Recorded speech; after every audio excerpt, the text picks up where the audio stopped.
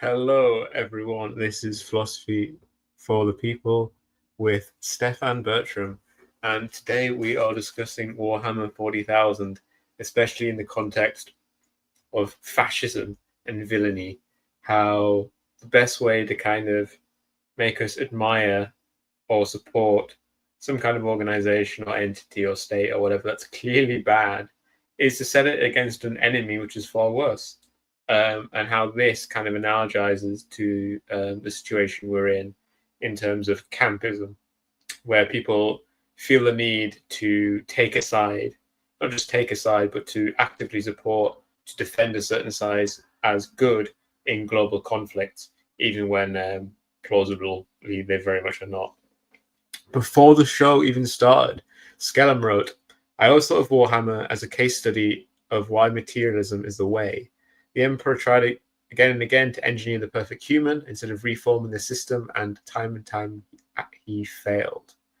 Well, he did reform the system. He kind of built the empire, but whether that was a good move or a bad move. And it's interesting. I mean, what you're saying is obviously true in one sense, that the making of the Primarchs was a complete disaster.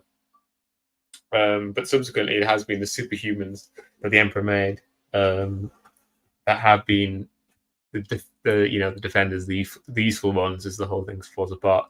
If all of the words I'm saying now are gibberish, don't worry, because the first few slides are focused on explaining Warhammer 40,000 without making any assumption that anyone here knows what Warhammer 40,000 is.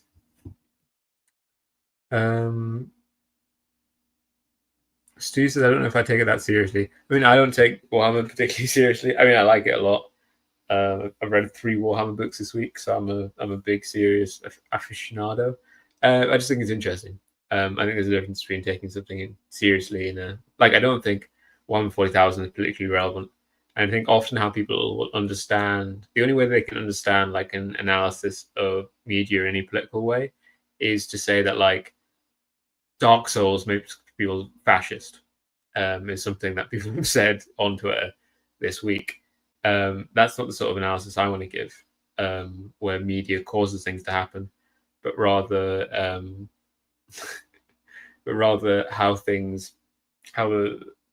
how media can reflect the world rather than causing the world. She says, I know you have a lot of miniatures in your closet. I sadly do not. I haven't had a lot of miniatures in a long time. Though you can see here, these piles of things are Magic the Gathering cards. So same difference.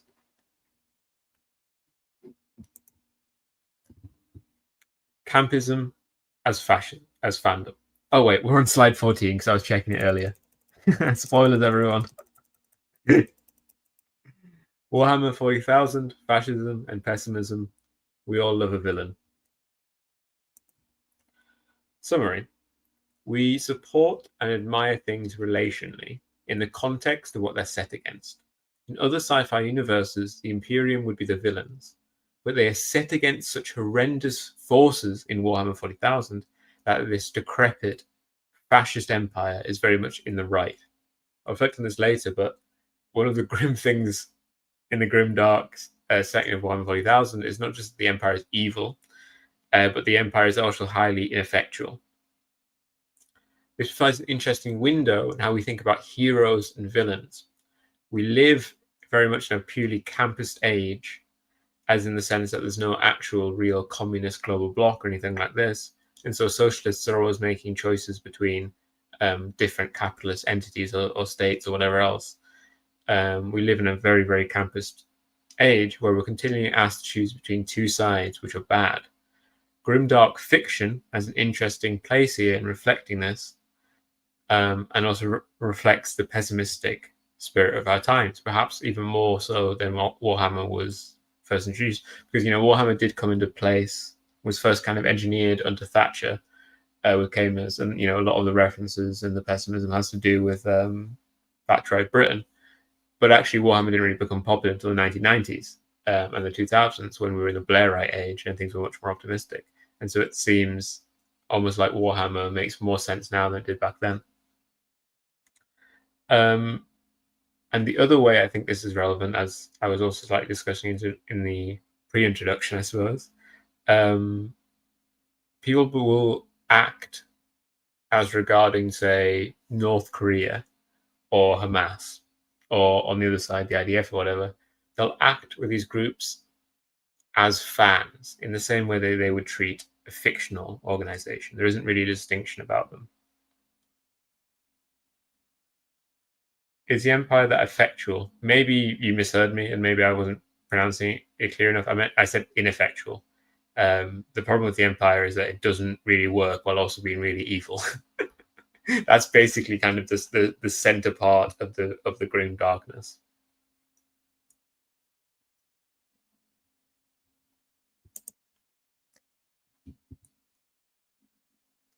K is fascinating for portraying a world where this grim fascist state that is rotting out from the inside is still fundamentally in the right.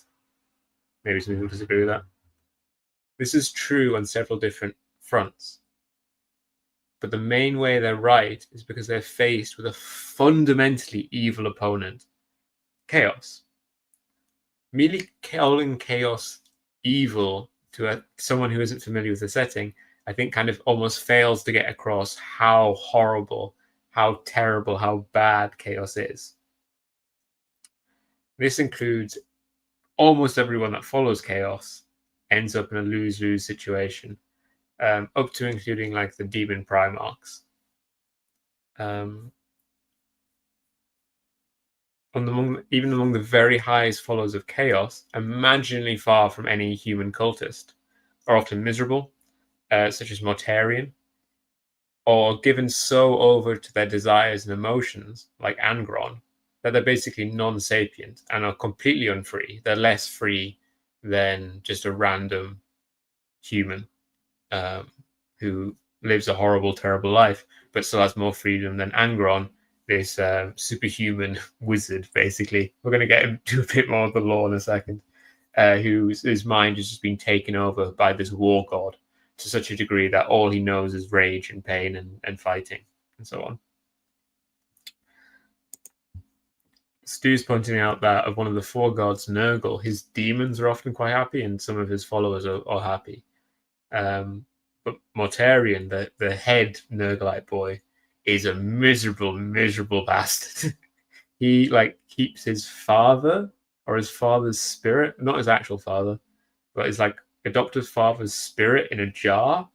And when he's mad about him, he will torture his spirit, and he's been doing this for 10,000 years. Really cheery guy is Mortarion. What is chaos? Important to know that in the world of Warhammer 40k, thought doesn't make the world fully, but thought is very influential in the world. There's basically a break in the universe of Warhammer 40,000. It's what if our universe, but all of our bad thoughts, lived in a realm, and unfortunately our galaxy is filled with holes, and the bad thoughts are getting out and they want to kill you. Chaos is this reflection of the feelings of sapient beings, especially the negative ones.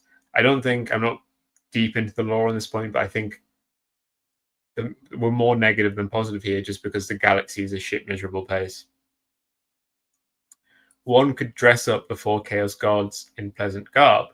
You could portray Khorne as the god of honor and righteous war, Slaanesh as the god of love and creative desire, Tzeentch as the god of knowledge and hope, and Nurgle as the god of fortitude and growth. But in the grim darkness of the 40th millennia, Khorne is the god of bloodlust, Slaanesh is the god of unrelating and unconsuming desire, Tzeentch is the god of abandoning knowledge and change for its own sake, and in some ways is thus kind of the perfect chaos god, like the actual chaos god. And Nurgle is the god of despair and plague. But their broad domain, the fact that they do cover all these things, means that even bright desires feed them. All killing feeds Khorne. Pleasure in simple things feeds Slaanesh. desire for rightful change feeds Sinch.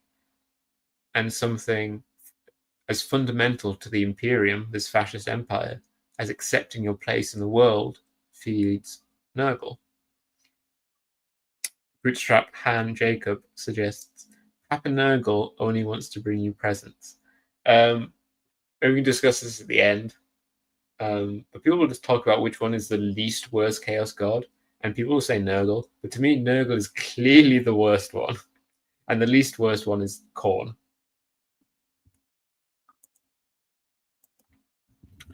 What is the Imperium? In the broadest possible terms, it was an aborted effort to destroy these Chaos Gods, and is now their main fuel. Fundamental to the Imperium is its God Emperor, an incredibly powerful wizard who took control of humanity in the year approximately 30,000. He attempted to starve chaos of its fuel by instituting a rationalist, atheistic, galactic empire, and also conquered the galaxy in the process. Well, a lot of it. But by hiding chaos from his people, they easily fell to it. And in his crushing of this rebellion, 10 of his sons, or 9 of his sons, rose up against him. It all went very badly. And in the end, he was mortally wounded. He was interned on the golden throne on the edge of death, this big mechanism which keeps him alive, where through immense sacrifice, I mean literal sacrifice, they like... Actually, I don't want to get too deep into lore nerdery bullshit, but basically they sacrifice 1,000 wizards a day to him. And only through this sacrifice and his own constant immense sacrifice, like he's in agony, sat there on the throne and has been for 10,000 years, almost mindless in this constant struggle against chaos, or they kept back from consuming Earth. But after this half-death, only his most loyal superhuman soldiers, the Space Marines, kept his atheistic creed, while the rest of the Empire turned to worship him as the God Emperor, which, because of the structure of the world of 40,000, of Warhammer 40k, this made him into the God Emperor.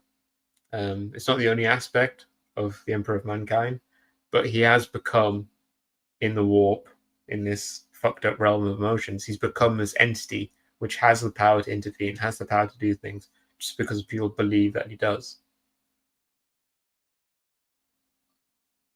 I think the lore is that the Chaos Gods were once the gods of those nice aspects, but mortals made them what they are by a torrent of negative emotions. I don't think it's that straightforward, but that is a reasonable account of what's happened. And maybe the account is based on the fact that like negative emotions are stronger than positive emotions. I don't want to kind of do this kind of...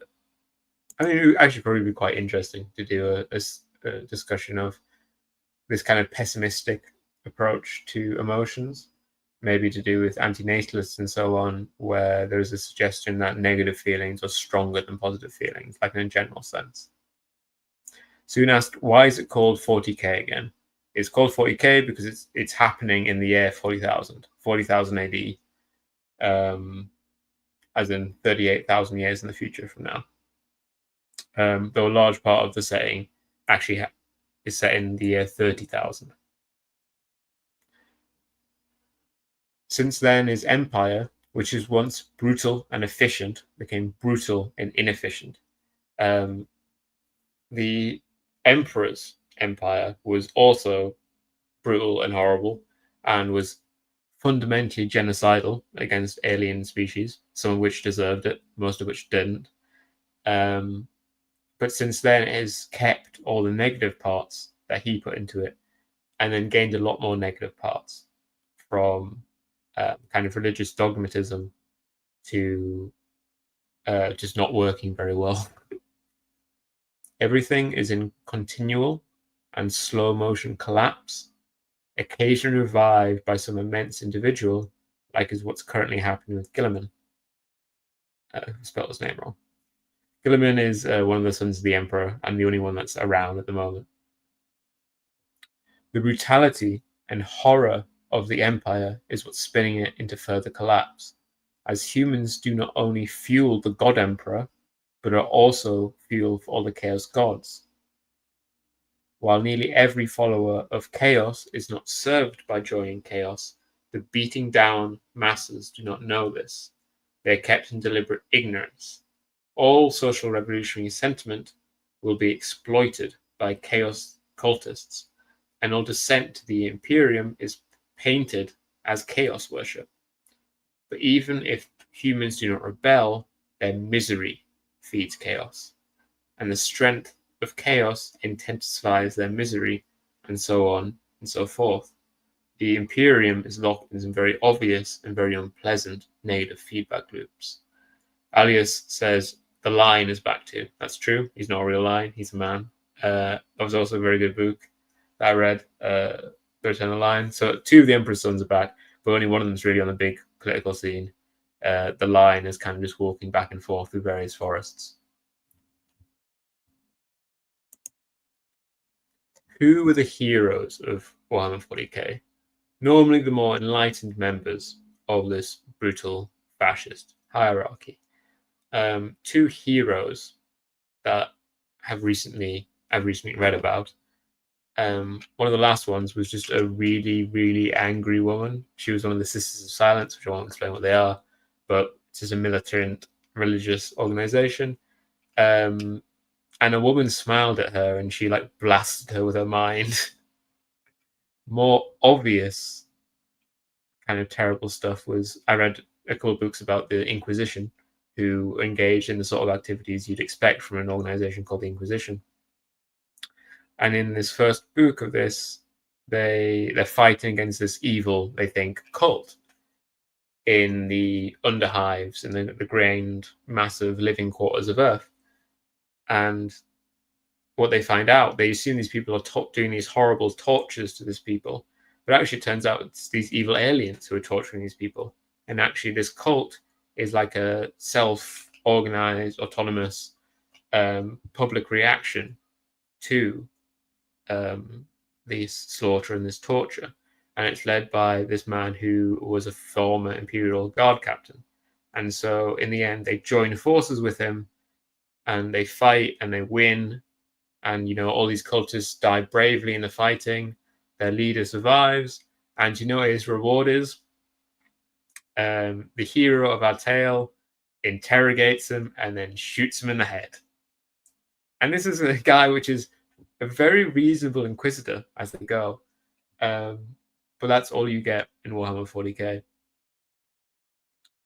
And the thing is, with the setting being how it is, there's much heroism to be had.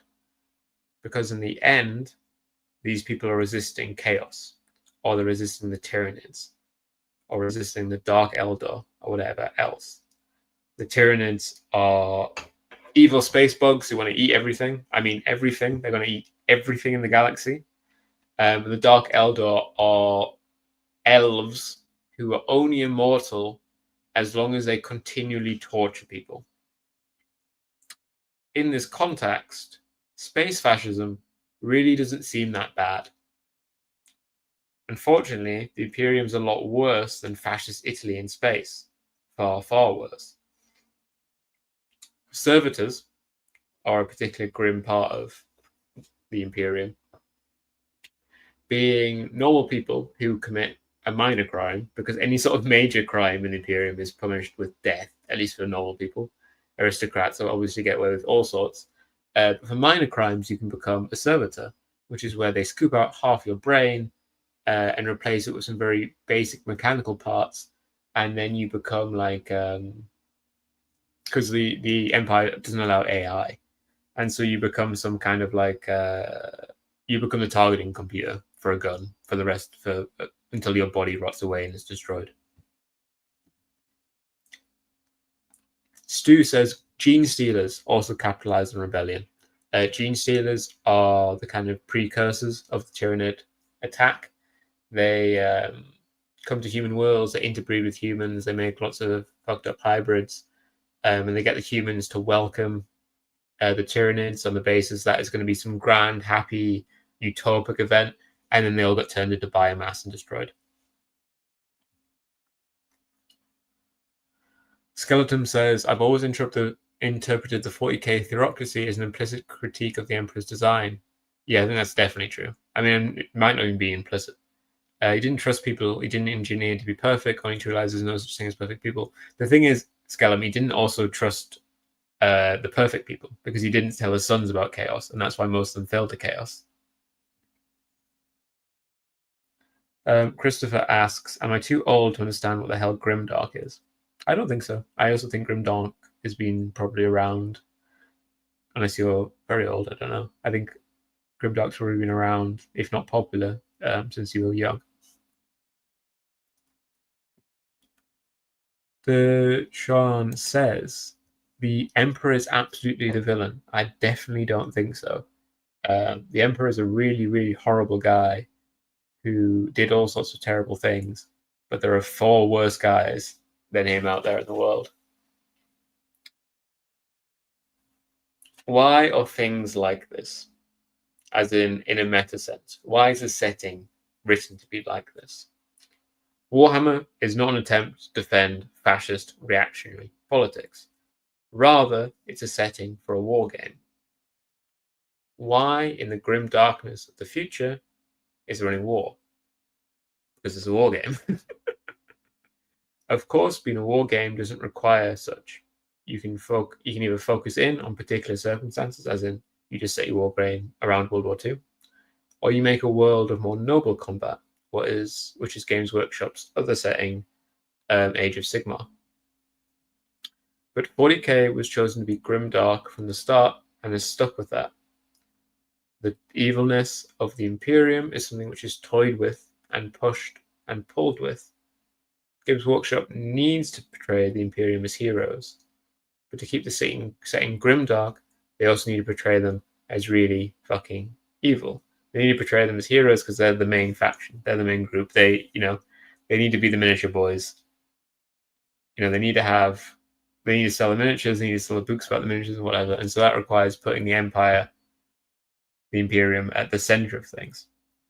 So that requires telling from their POV, and you can have a villain POV, but when it's a majority POV, I don't know why I'm pronouncing POV so weirdly there. Stu says, I like 40k, but I enjoy the fantasy side the most. Yeah, I also probably like the fantasy stuff more, but because it was less popular, the setting isn't as deep, and so you can't kind of drag out all these interesting things about it. Why Grimdark? Why do we enjoy villains? Often because they're more active than heroes. They do more, are less restrained, they go after what they want. Grimdark fantasy or sci-fi lets the villains be heroes.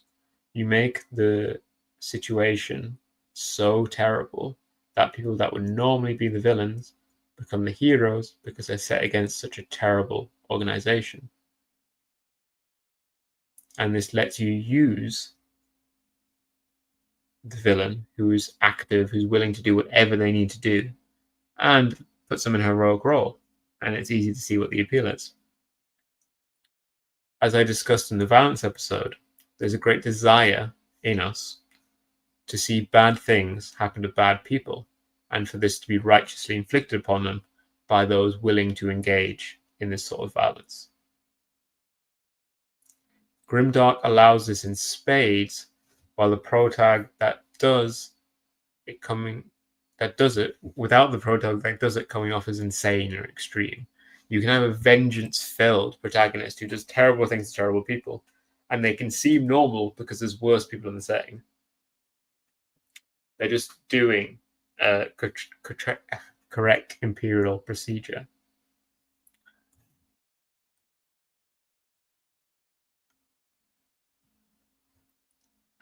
Christopher asks, is this related to Dungeons and Dragons? Only distantly. Deshawn says Warhammer Fantasy got shafted. It did in fact get shafted, sadly. The thing is now they're bringing it back, like a bit, the old world stuff. And it was so weird. They got rid of the board game just as they were making Warhammer Fantasy, the Total War Warhammer Fantasy. Then they got rid of the tabletop game. It was so weird. Hell yeah. Stu says, painting a Stormcast right now. People are listening to this podcast and they're paying 40k miniatures. Oh, sorry. Age of Sigmar miniatures. But portraying the avatars of this fascist reactionary empire has led to a section of the fandom being reactionary. It appeals to certain reactionary peoples. Some of this is just sub-intellectual rah-rah. It's people being like, wow, there's humans and they kill aliens and they're religious. Isn't that sick? But there are also political strategies where people will employ 40k to try and get some sort of point across.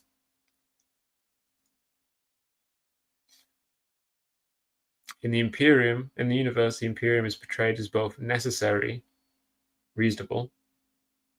Sorry, these people will portray the Imperium as both necessary, which is a reasonable account, and as good as it possibly could be, which is obviously not true.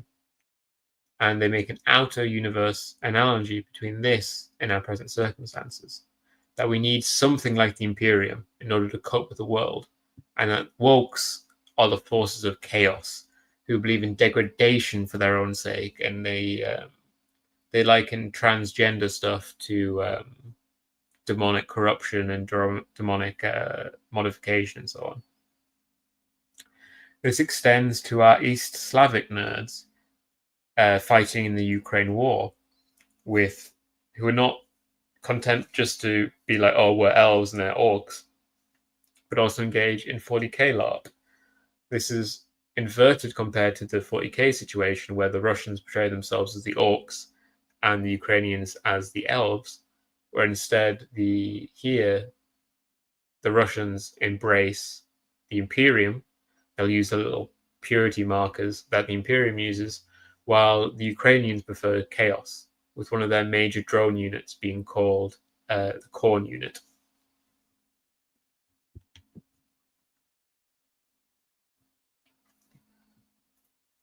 Bishon says Motorium isn't a villain considering Papal Nurgle doesn't view his blight as negative. I don't get that argument. But this is the sort of thing we can argue about at the end if people are interested. Once I get to the end, I'll just go full nerd and we can just chat about lore and bullshit.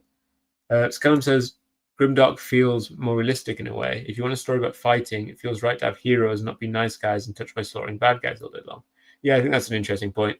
Grimdark can also seem realistic and seems like filling a gap that other fiction lacks. Like, this isn't really true, but there is a certain stereotype about other sort of heroic fiction where you'll be like, oh, I can't kill the villain, I'd become just like him, despite the fact that you've killed like 100 mooks on the way there.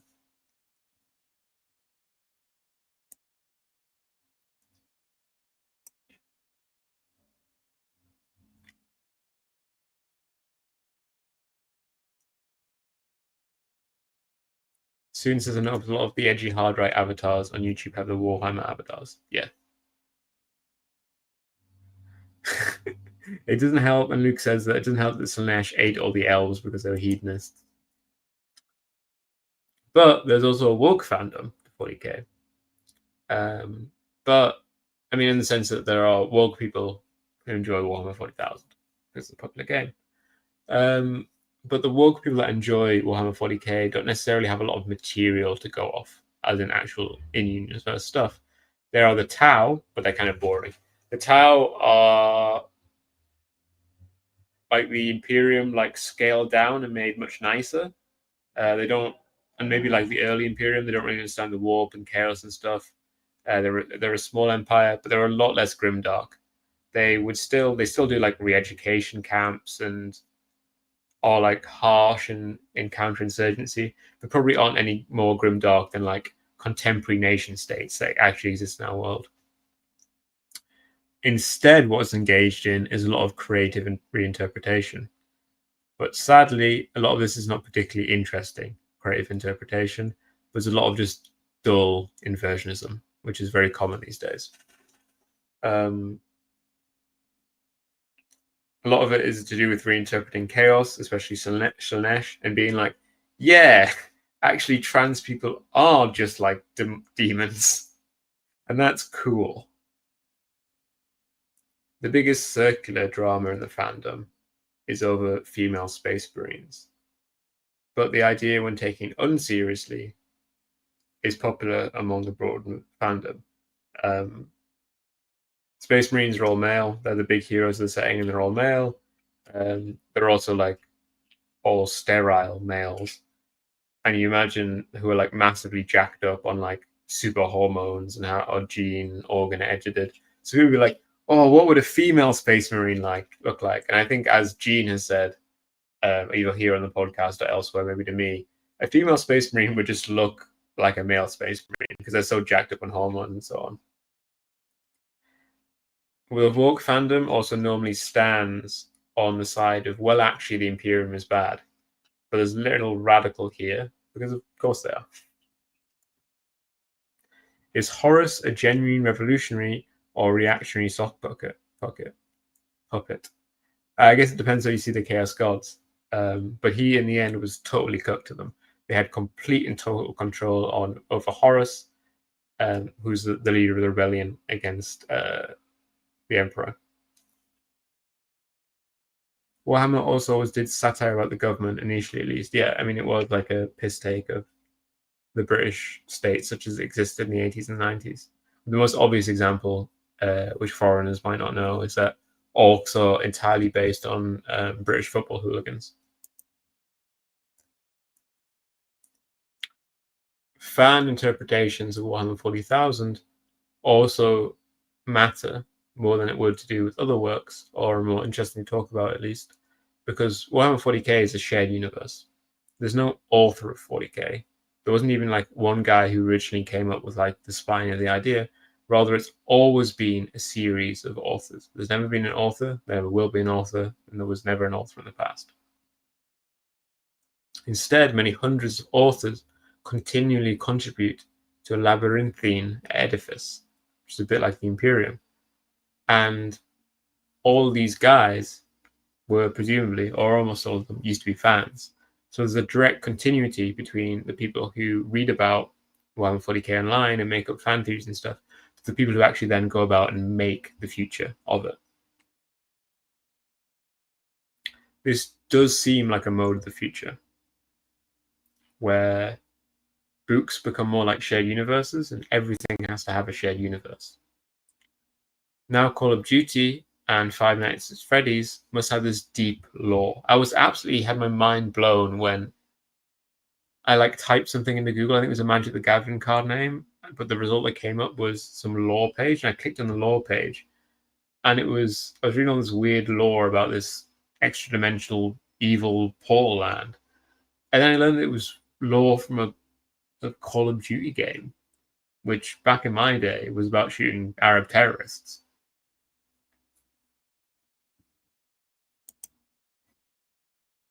Going to catch up on the comments, probably when I get to the end, because I've only got 2 more slides to go.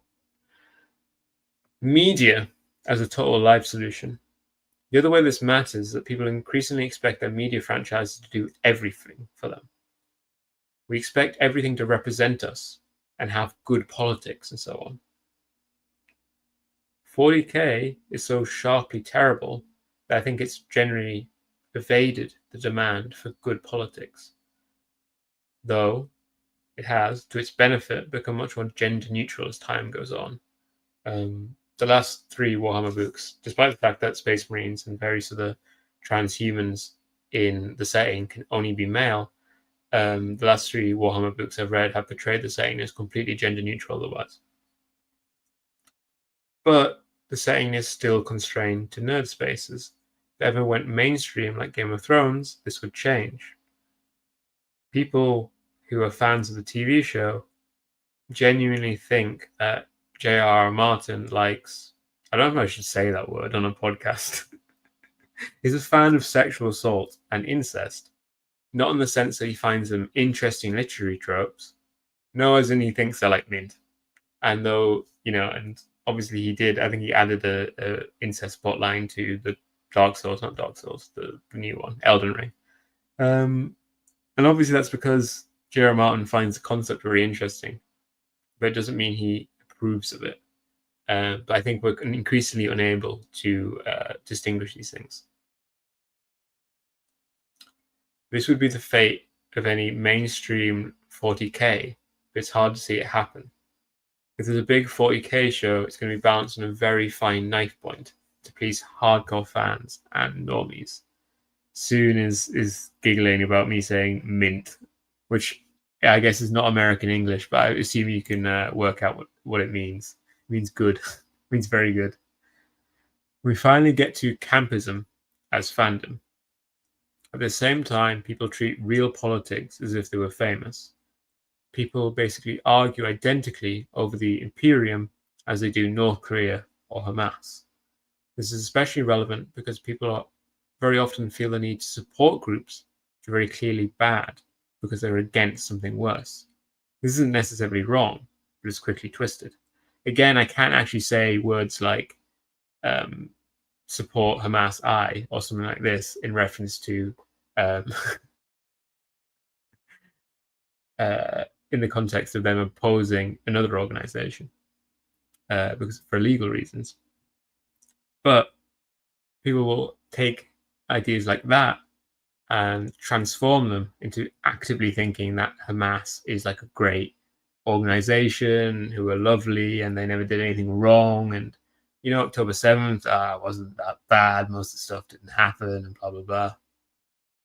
All efforts to be in critical solidarity are very quickly twisted to just believing the people you're defending are good.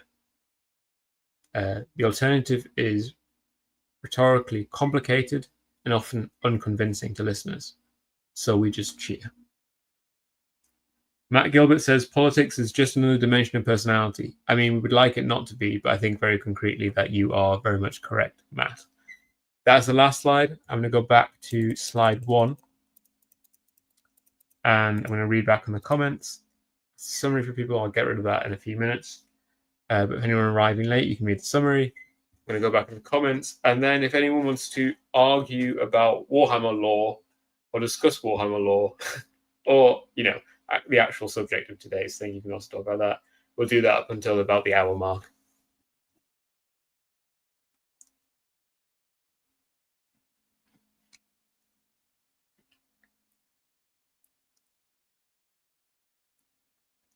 I was up to Vlad talking about Horus. Is Horus a genuine revolutionary or a reactionary sock puppet? So I think the thing with Horus from the beginning, as opposed to someone like Logar, is that Horus was he never had a different vision for the Imperium.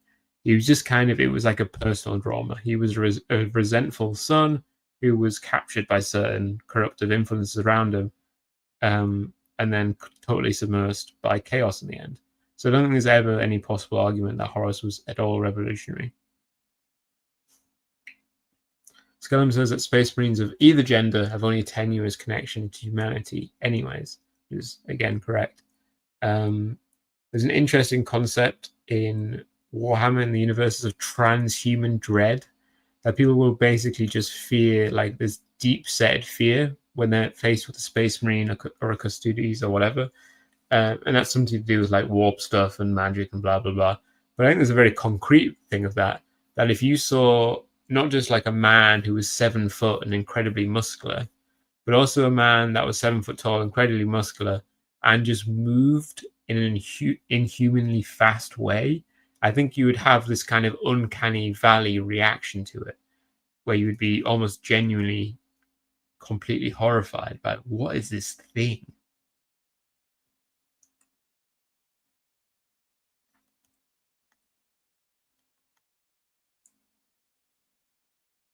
Stefan, have you read any utopian fiction? I've read The Culture. I read The Culture when I was in Syria. And I enjoyed The Culture books a lot, though I can't really remember much of it because I was very tired a lot of the time in Syria when I was reading these books. So I think a lot of it didn't really go into my head. I couldn't really remember the player of games, even though I read like many culture books when I was there. But yes.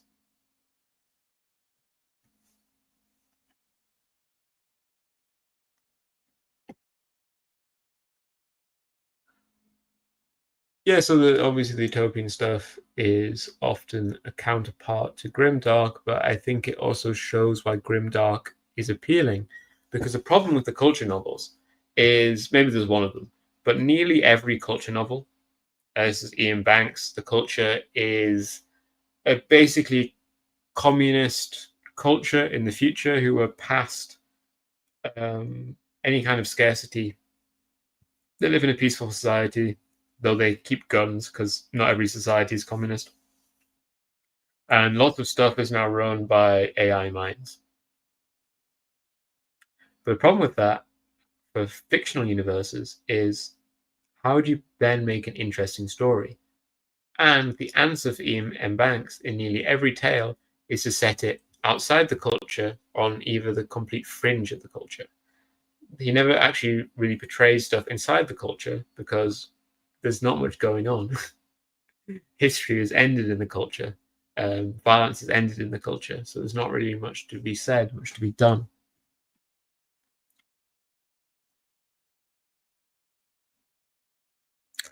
Luke says, I'm ruminating on how 40k was aimed at a critique of Thatcherite UK, but the things that stick out to the reactions of the Stoic Marines and the Sex Demons. Yeah, I think the thing is, much of 40k, so a lot of the stuff early on was kind of like a parody of Thatcherism, but then Warhammer lore wasn't really solidified until like the probably mid 90s. The first Space Marine novels, I think, came out in the mid 90s. Because the thing is, back in the day, to go back to the Five Nights at Freddy's example, not everything was expected to have a coherent universe. You just had a war game, and it was like had cool miniatures, and some of them were evil, and some of them were good, and whatever. You didn't necessarily have to have this deep lore, and I think it's because more because of the Warhammer RPGs like Rogue Trader, where you actually kind of had to fill in the blanks and portray a setting so that GMs could use it. Do you think James Workshop and its marketing is at fault for the proliferation of real life Imperium fanboys, or is that something outside of their control? Um, I guess in some sense, but they do portray. It's interesting because in one hand, they do portray the Imperium, or at least the people in the books of the Imperium, as very good people, very high-minded, virtuous people, even when they're set against various other people in the Imperium who aren't.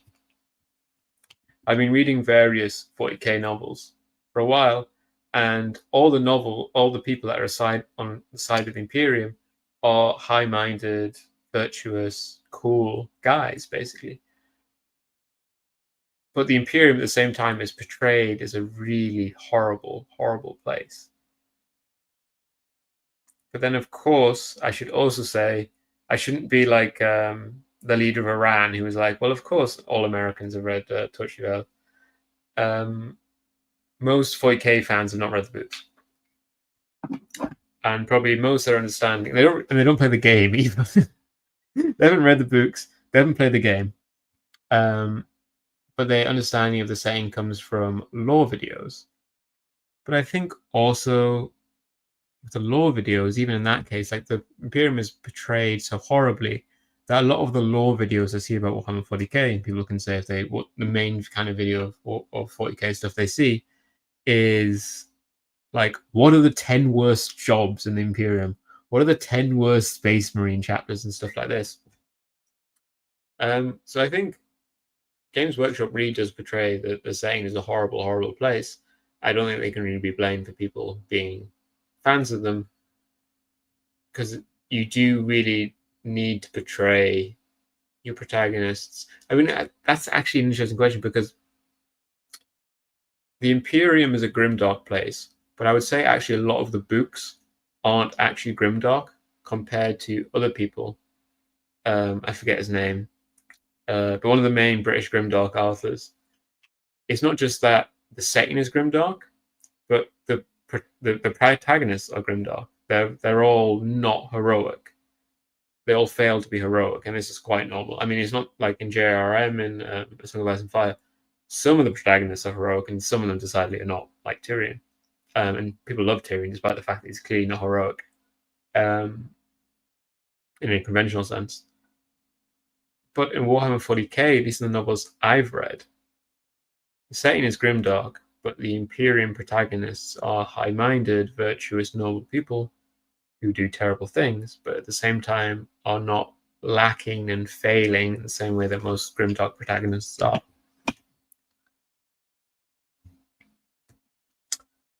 Vlad says June God Emperor is better than 40k Emperor, and soon says the creators of 40k seem to be inspired by God Emperor of June. That is definitely true on both counts. Damien Walter called the culture hippies with guns.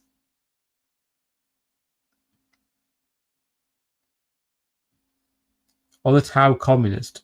No, though I haven't read a single Tau novel. But they're definitely not communist in the substantive sense that, say, the culture are communist, because they are driven by want, highly hierarchical. They go back and forth about this, but they're divided into castes. But there's also a ruling caste, which uses like mind control, mind manipulation to rule over the rest. So they're definitely not communist in the sense of, real post-scarcity communism. But I also don't think they are at all like socialist or on the road to socialism or anything like this. So I don't actually know. And maybe I'll read a Tau novel and get back to you. Anyone that can read has read a Tau novel. Does profit exist in the Tau universe, in the Tau Empire, in the Tau whatever they're called? I imagine it does, but I think that would be the fundamental thing. Are they dominated by commodity production? Are things bought and sold in the Tau Empire mainly for the sake of making profit?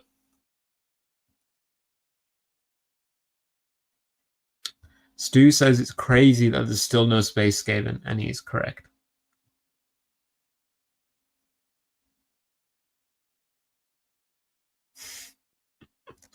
James Workshop needs to find more interesting poster boys than the Ultramarines.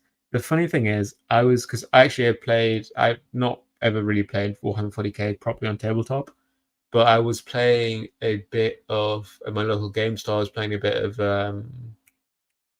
Kill Team, which is a small scale version of 40k. I was playing a bit of that before it kind of died out of the shop. And I was thinking through the 20 Space Marine, well, the 18 mainline Space Marine chapters.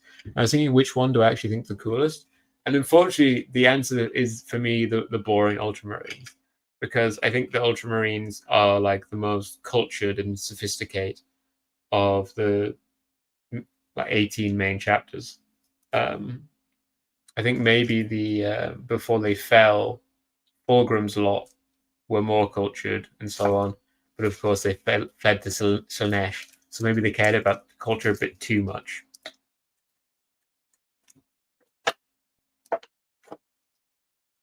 Skellum says Joanne McCrombie. Yes, that's the person I met 5 minutes ago.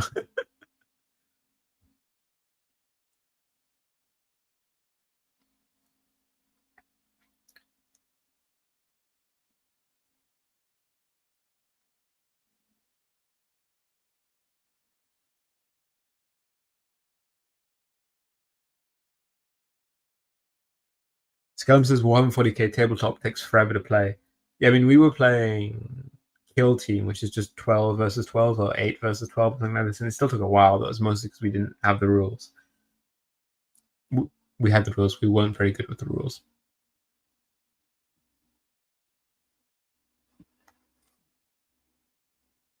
Grey Knights and Blood Angels are good.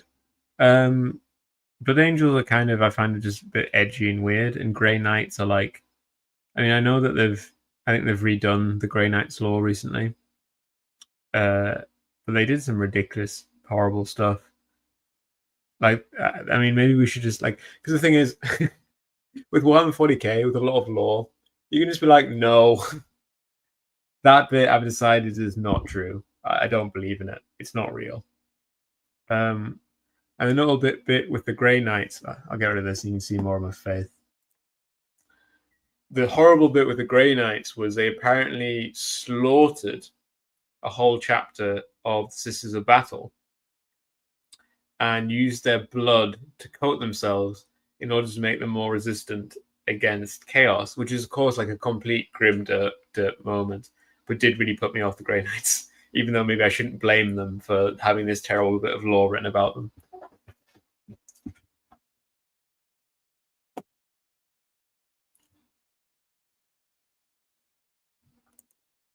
Yeah, I think they've gone a bit back and forth on the tower. My impression is that they made them quite nice at the start, then they pulled back a bit, and they made them they pulled back a lot and made them really significantly grimdark, and now they've made them a bit better again now. I don't think the Necrons are bad. People will say the Necrons are really bad. The Necrons seem all right to me. I mean, the main problem with the Necrons is that most of them aren't sapient, but as a civilization, they don't seem that horrible to me. In the murder quotient, they're quite high, but in the torture quotient, my impression is that the Necrons are very low. Apart from the fact that a lot of them Necrons, which are sapient but are lower down the chain, are stuck in these horrible circumstances where their brains aren't quite adapted to their minds, their souls, whatever, aren't quite adapted to the metal bodies. And so they constantly have this feeling of needing to breathe and things like this, but they can't because they're in these metal bodies. Yes, probably different. Well, not with Gondor normally, more normally with elves. The division is orcs versus elves, as opposed to one group identifying with the humans. Because obviously it's a bit silly to identify with the humans.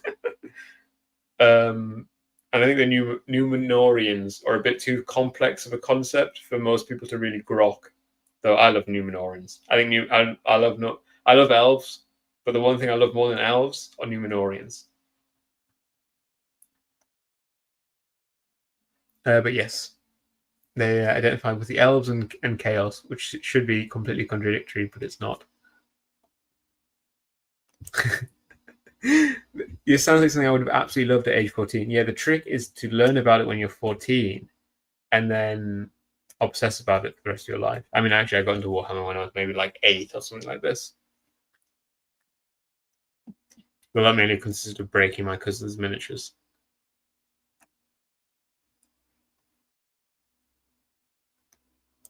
Sorry, which bit, Sue? Just the bit about about Numenorians or the bit about chaos? So the Ukrainians, the thing with the orcs and the elves, I don't know if I've actually talked about it on the podcast. Maybe I just have never talked about it because I've talked about it so many times in other places that I never thought to talk about in here. But with orcs and elves, Lord of the Rings was very, very popular in the former Soviet Union.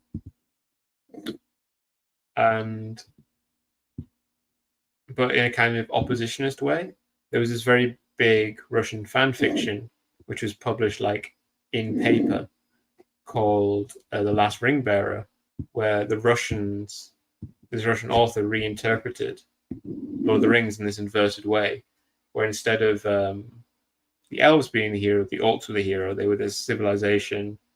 I've tried reading The Last Ring Bearer, but even the official translation, I can read it and I can just see how much worse it is than the Russian prose. So I've never really done it.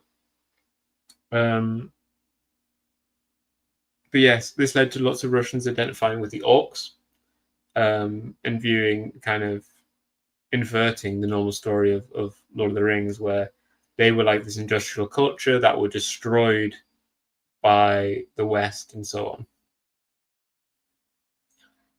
And then when the conflict started to intensify between Ukraine and Russia, these cultures clashed, and Ukrainians were like, okay, the Russians are orcs, but we're elves because we're from the West. And then more recently, the situation with Ukraine has been that these kind of leading groups in Ukraine, they're obviously often fascistic. The most useful kind of Ukrainian military units, often deeply fascistic. But this comes along with the culture of being like intensely warlike, intensely glorifying violence. And obviously, this is not something that you really see anywhere in Lord of the Rings. So instead, lots of kind of Ukrainian people have reached instead for Warhammer, which is very popular there also. And they've reached specifically for the Chaos Gods and for Khorne, the god of war. And so the emblems of Chaos and the emblems of Khorne are placed on a lot of Ukrainian military vehicles. One of the main drone units follow Khorne. And so probably the same people don't LARP as elves and LARP as chaos cultists at the same time, but rather there's just like strands of weird nerdery going on. Skellum says, Warhammer lore is so big that it often feels like a Rorschach test. You can find any theme you want somewhere.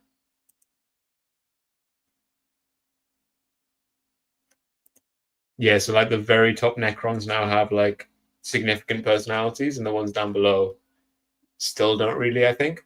I'm not really clear if they're properly sapient or whatever. And so, yeah, that's the kind of decider for me.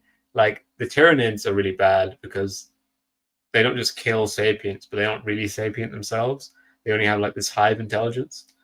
Well, the Necrons, if they had a civilization where they had loads and loads of sapient people, and the thing with the Necrons is they're very good at fucking up chaos.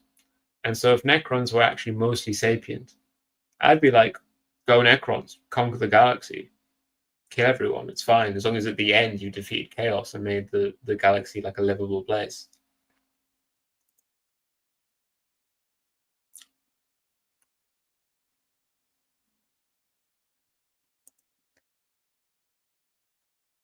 Oh yeah, I mean obviously the dark.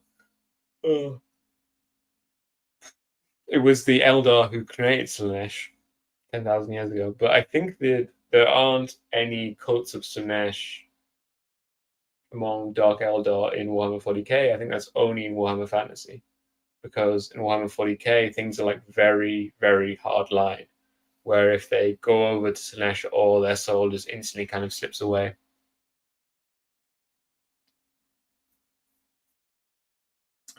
Yeah, I mean, Astral's saying, yeah, I mean, it's always a bit funny to identify as like the humans in some kind of situation like this. But yeah, obviously it's different with identifying with Imperium because they identify with a specific kind of organization, the Imperium, who are fighting against chaos and blah, blah, blah, blah, blah. And then, of course, like liberalism is associated with chaos and Western values and LGBT and whatever, they're all chaos and so on and so forth. We are coming up to an hour. Did anyone have anything else to say before I start loading the outro?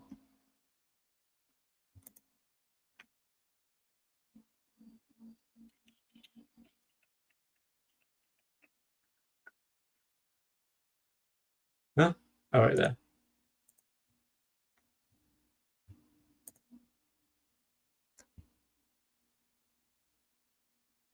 Thank you, Luke, who said great stream. I'll put that on screen to gratify myself. I hope it was. I think the main trouble I had there was I did frame the slides so that everyone could understand it, including people who weren't Warhammer 40k nerds. But then when I was engaging with the comments, it was much harder for me to do this because we were making reference to things that I hadn't explained. But I still also want to always engage with the comments. I mean, sometimes, normally when I do this with Ben, it's hard to engage with the comments because Ben never stops talking. And when Ben's never stopped talking, I just need to get my chances to say something and try to bring us back on topic rather than trying to chat with the comments. So when I'm alone, it's obviously I should take my chance to actually interact with the people talking. But it can also, in a situation like this, be confusing, distracting people who don't actually know about the setting.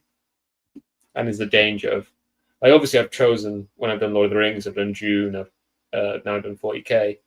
And Dune, obviously, is the video I did in Dune is like my favorite one ever. So much that I kind of just want to do it again, because when I did it, I was still, when I didn't do PowerPoints, I instead read off a script. And in some ways that flows better, but also it was like, you could clearly see me being like, the whole time, like just looking over here to where my notes were. Vlad is asking, who is the most Sigma male Primarch? I think it is Conrad Cruz. Evil Batman. Really evil Batman.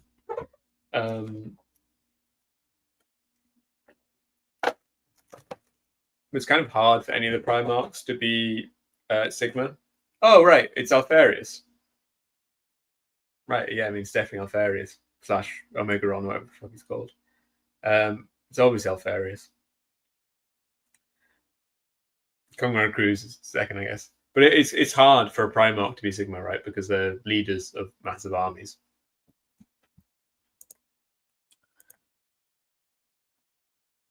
Stu says, "Bring back the TIR nerd show."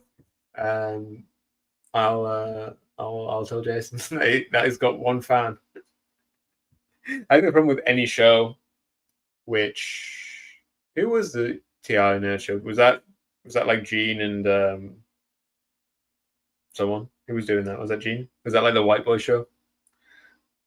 I think Gene's kind of stopped doing a lot of stuff. So to the degree, this is probably going to be the TIR nerd show. Oh, and if anyone wants to quickly get in what I should do next week as a suggestion, I don't know what I'm going to be doing next week. But I'm trying to do one of these every week, though it does take me quite a while because I have to write the full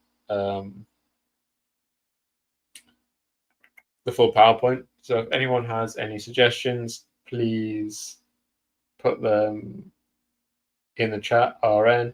I would say also, or put them in a comment on the show. But I think few people will watch to the end because I think after I've stopped, this is fun for us to do right now. But I think if people are watching on the VOD, they probably would have turned off at some point. They would, hopefully they listen to the main thing. But this blabbery bit, they might skip.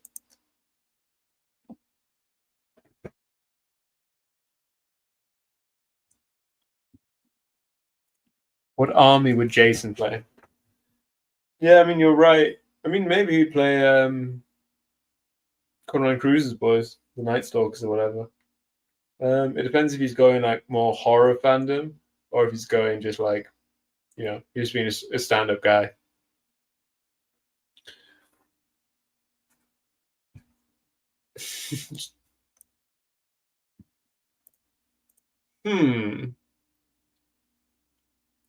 That is a good suggestion. The only problem with that suggestion is it makes, unfortunately, the culture as a very generic YouTube title, which I think people will get. And I read the books a long time ago. I can't really remember them. But maybe. I'll put it on the docket for sure. Yeah, Night Laws. The thing where Trump posted like a fundraising email where the first line was, "I want to go to heaven," made me like bark the loudest laugh I've done in my life, just alone in my room, doing this. Absolutely killed me. On that note, I'm going to turn off the podcast. Bye.